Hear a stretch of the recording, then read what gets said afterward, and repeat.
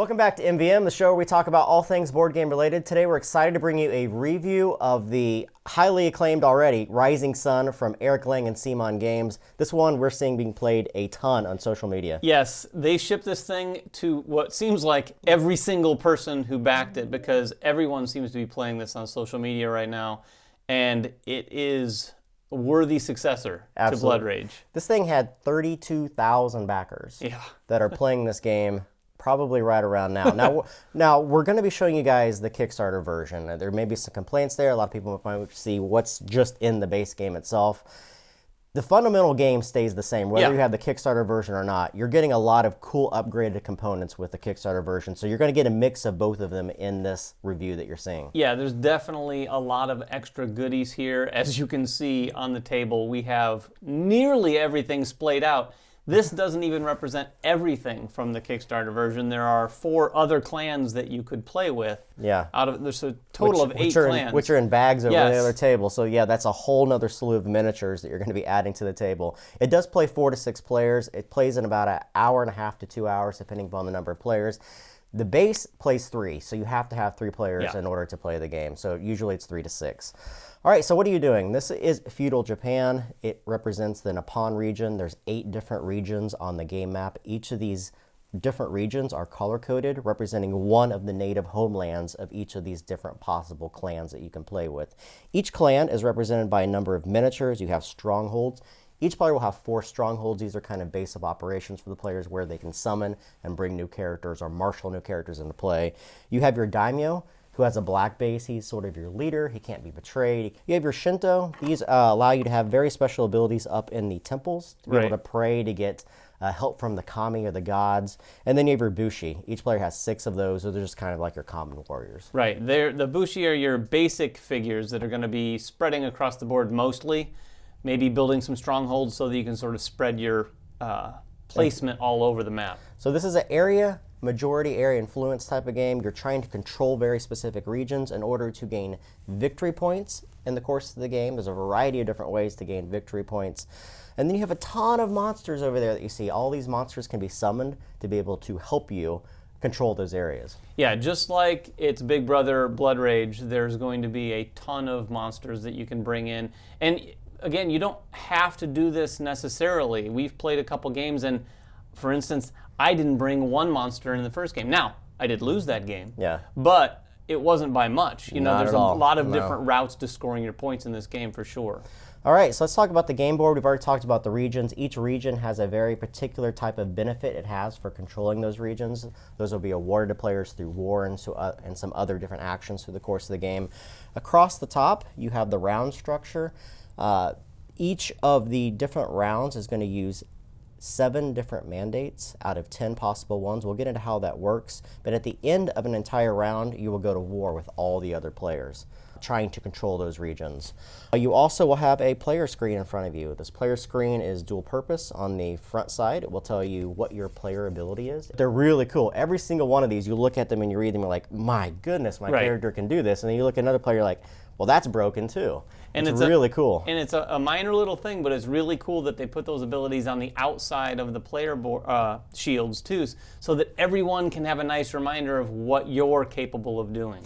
It has a reminder on the back that tells you what your bushi, your daimyo, and your shinto are capable of doing in the game.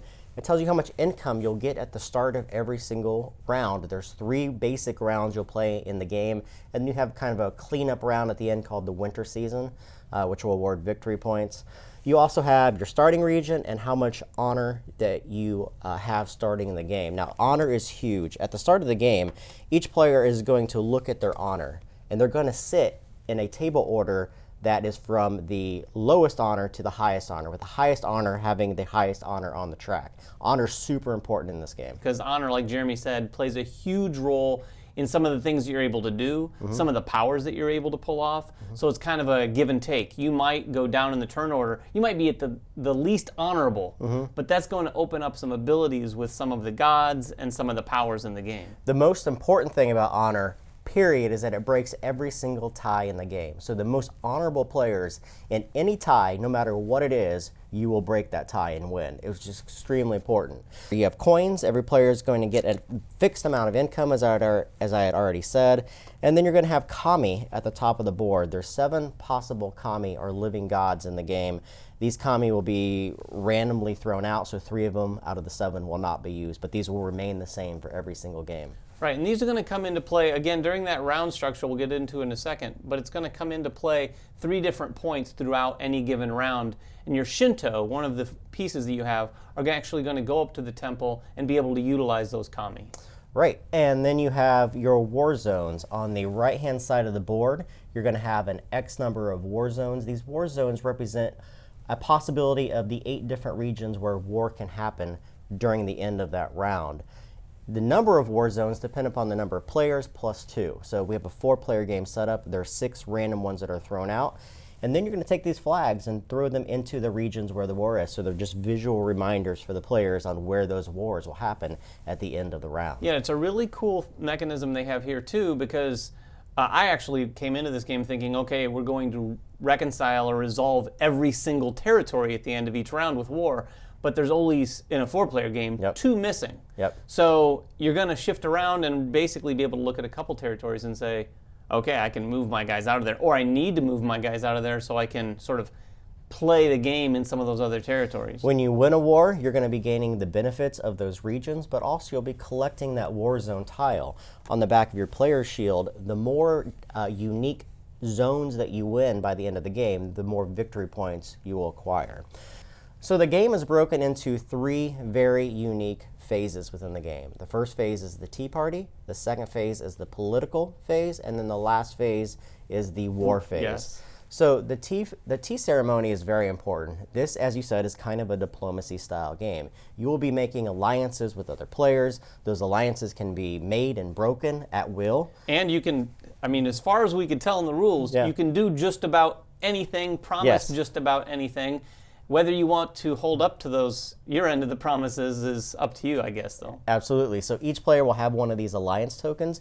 And what you're doing is you're just negotiating. You're saying, hey, David, you want to be in an alliance this round? If so, maybe I'll give you some coin. Or maybe I won't go into this specific territory and have war with you this round. Or maybe you can shore up this region so no one else can get into it. So right, and the cool thing about the alliances, too, is it's not just limited to that, but the game mechanics themselves have benefits from allying with people at the right time, given how the next phases of the game work. So if you make an alliance with another player during the tea ceremony, you're simply going to take your 2 pieces of the yin and yang and put them together, signifying that you guys are an alliance for that entire round. Now, like I said, that can be broken, and there are detriments to be able to break an alliance with another character.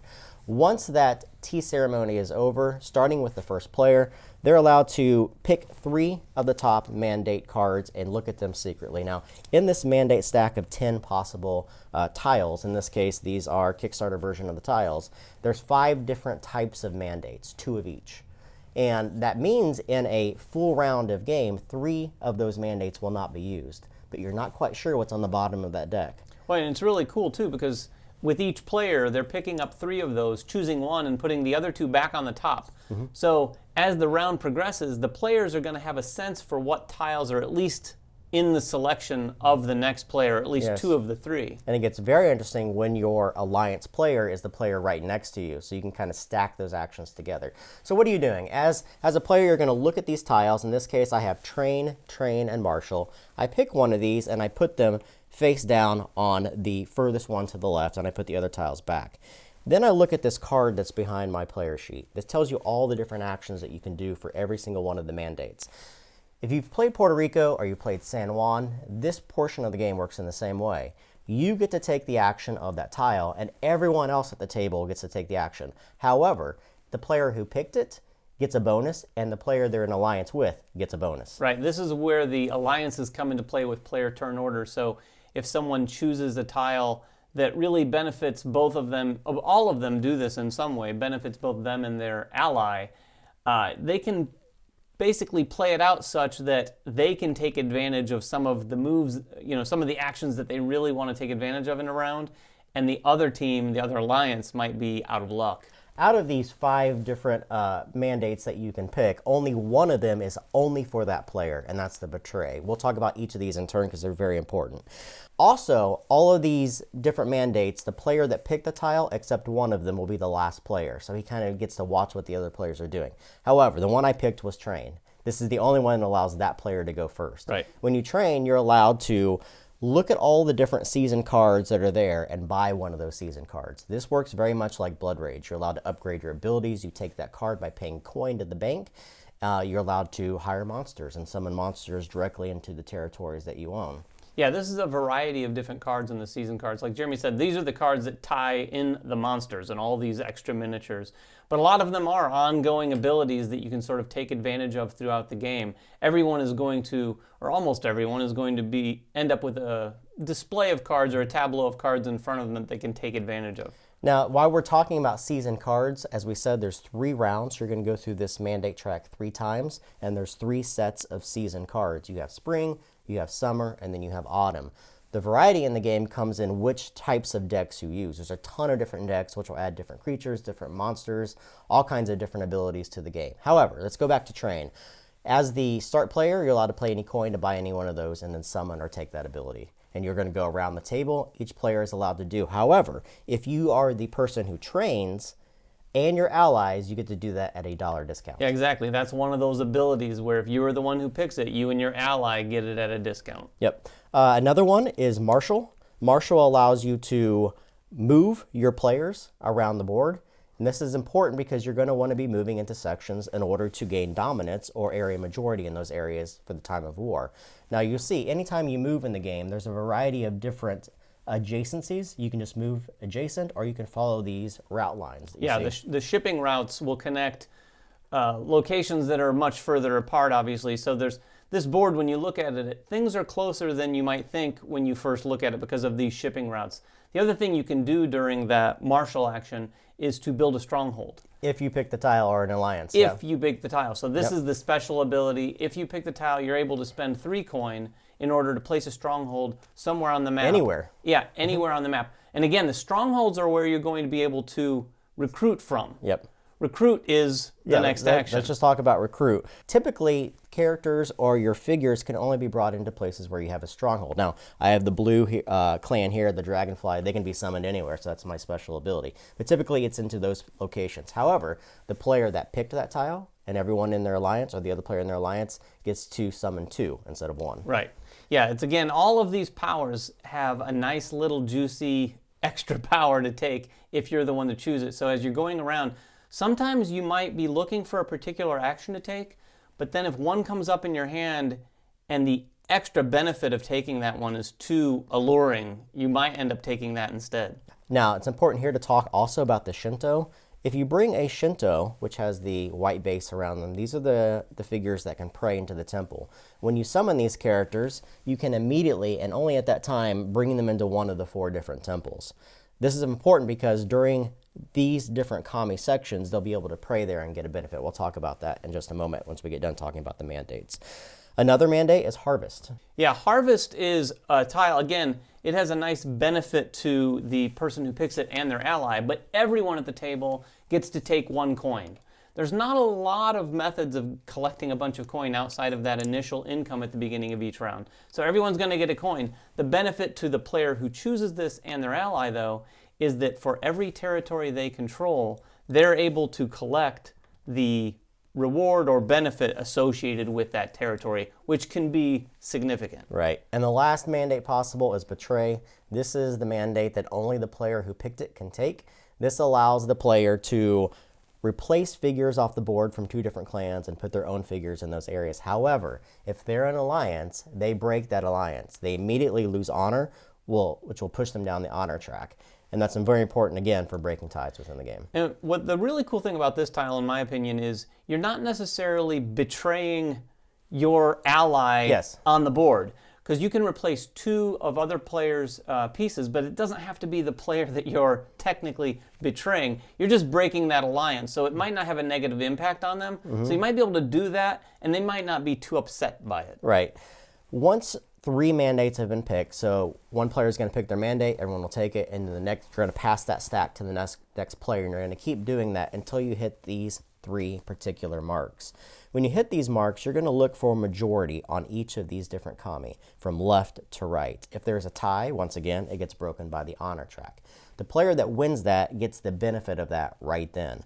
And you have getting to Ronin, being able to move, being able to put a Bushi anywhere onto the board, and then getting victory points for how many strongholds you have. So these are very important to having Shinto in those areas to getting those benefits, because if you control those for a full round, you could possibly get 3 times that benefit. Yeah, so for example, what we were talking about in terms of timing and alliances, if the recruit tiles come out early in the round and the first player and his ally control those, they're able to get some Shinto up there, and it's going to be more difficult to replace those Shinto or change things such that the other players can benefit from those prayers. Now, with that said, there's a lot of different ways that you can manipulate that. It's not just putting more Shinto up into the temple. You can, like Jeremy said, adjust that honor track, so even if I'm tied there, now I'm winning because I have more honor. Right. And you're going to do this 7 times until you reach the war phase. The war phase is very unique here. So on the other side of your political mandate board, you have a battle board. And this battle board has 4 different steps to war. Every single war that happens will take place from left to right. What happens is that each player puts this behind their screen, and then they have to tell every other player how much money they have and how many Ronin they have.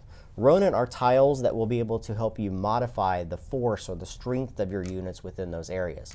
So it's perfect knowledge at the start of combat. However, how combat works is in secret.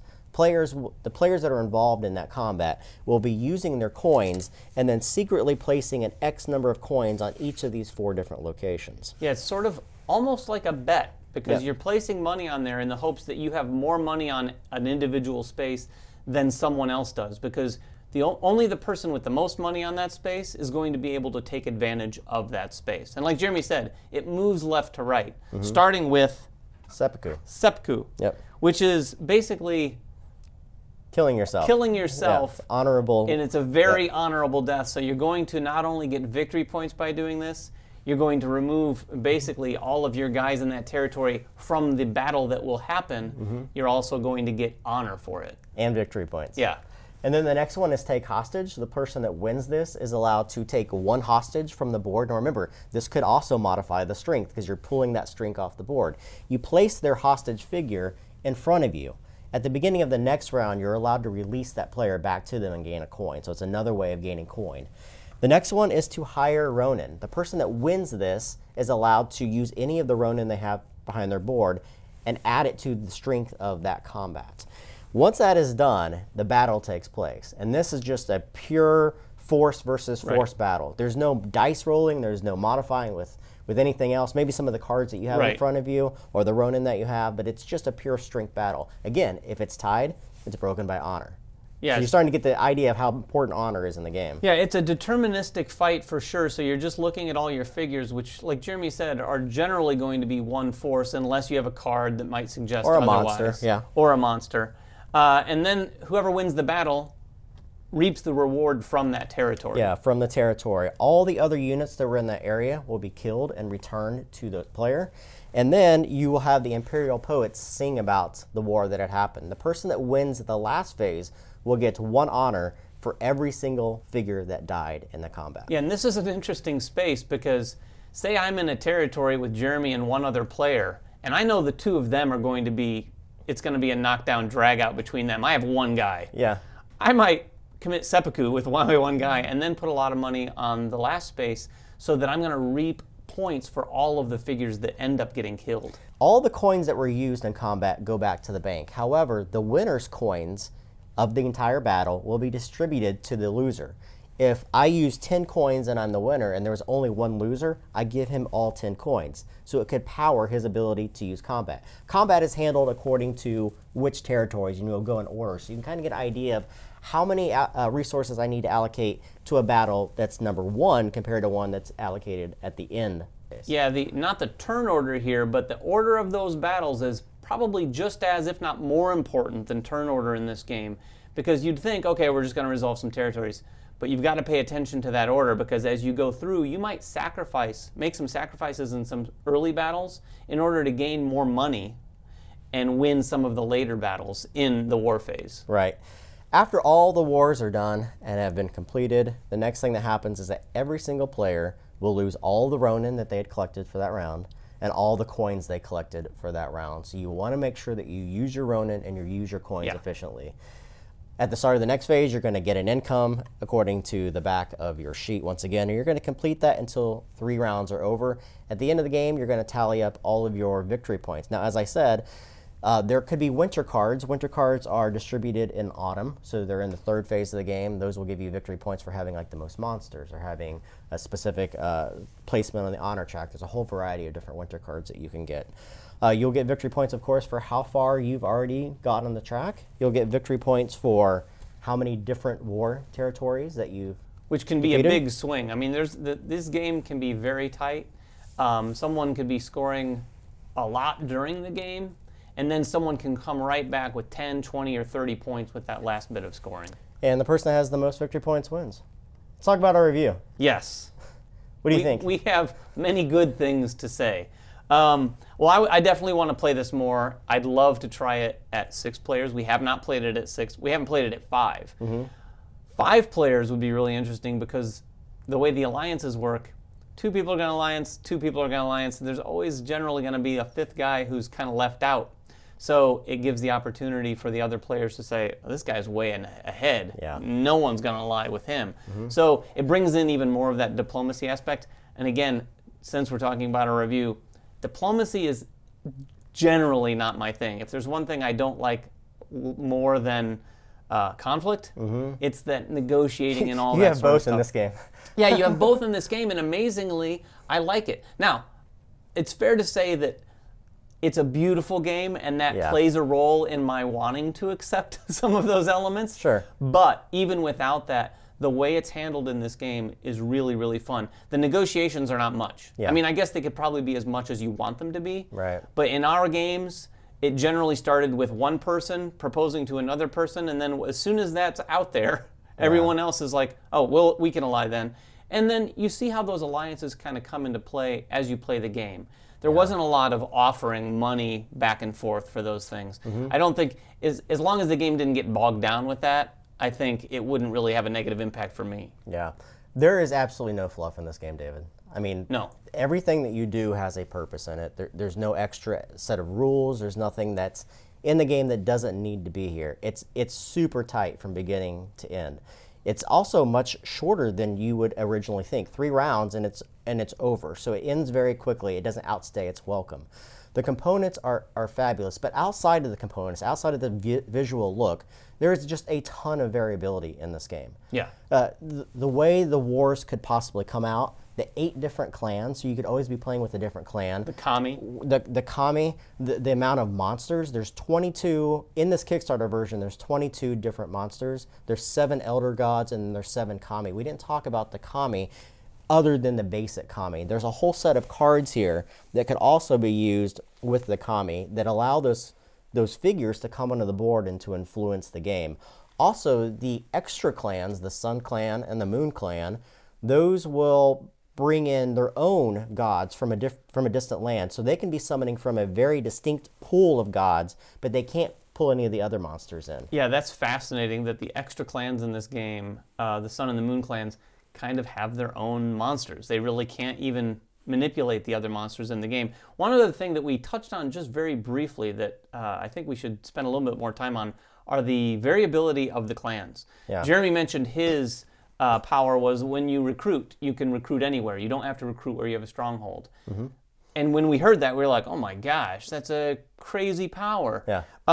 Mine was that I was able to place one of my Bushi in any territory right before the war phase that I didn't have a presence in. So I don't have to spend a lot of my time and money recruiting. Yeah. I can just wait and then boom, like have spread one like a more force. virus in an Yeah. instant with a lot of my guys. Yeah. And all of the different clans have amazing Yeah, powers. the Turtle Clan is really cool because its miniature is basically a turtle with a stronghold on its back, meaning that it creates its own force. It's the only stronghold in the game that bring strength into the battle, but it And can they also move. Yeah, fantastic. And then this guy, we read him. He's the most dishonorable character you can imagine. He's a 7, so he starts at the very bottom of the track. But he buys everything for $1. Yeah, before the discount. So if he has a discount, he gets everything for free. Yeah. It's fantastic. There's so much variety in this game, and as I said, there's no fluff in the game. It's just round after round of strategic, no luck combat. Yeah, you've probably, if you've been on social media at all, you've probably seen a lot of people saying, is it as good as Blood Rage? People comparing it, wanting to compare it. I have to say, I mean, I think when we first heard that it was coming out, in fact, we played it, kind of a prototype with Eric over a year ago, Expo, yeah. and we thought to ourselves, could it possibly be as good as Blood Rage? We were skeptical and didn't think it would be. But I think, I mean, for me, this is definitely a game I would prefer over Blood Rage, and that's saying something. I mean, Blood Rage is so highly regarded. I mean, I love Blood Rage as well. The problem I have with Blood Rage that I'll probably always have is that the more experienced player will always crush players that haven't played before. Plus, it's really dependent, any kind of draft game, it's really dependent upon the player to your right, what he passes you, your left or your right, and what he passes you. And then the point variation within Blood Rage is astounding. You can have someone scoring 300 points and someone scoring 10. Yeah, this was a very tight game. Our first game was quite close amongst all 4 players. Guys, this is Rising Sun. I can't imagine it not being in our top 10 of this year. It's a fantastic game, a beautiful game to look at, an awesome game to play. Yeah.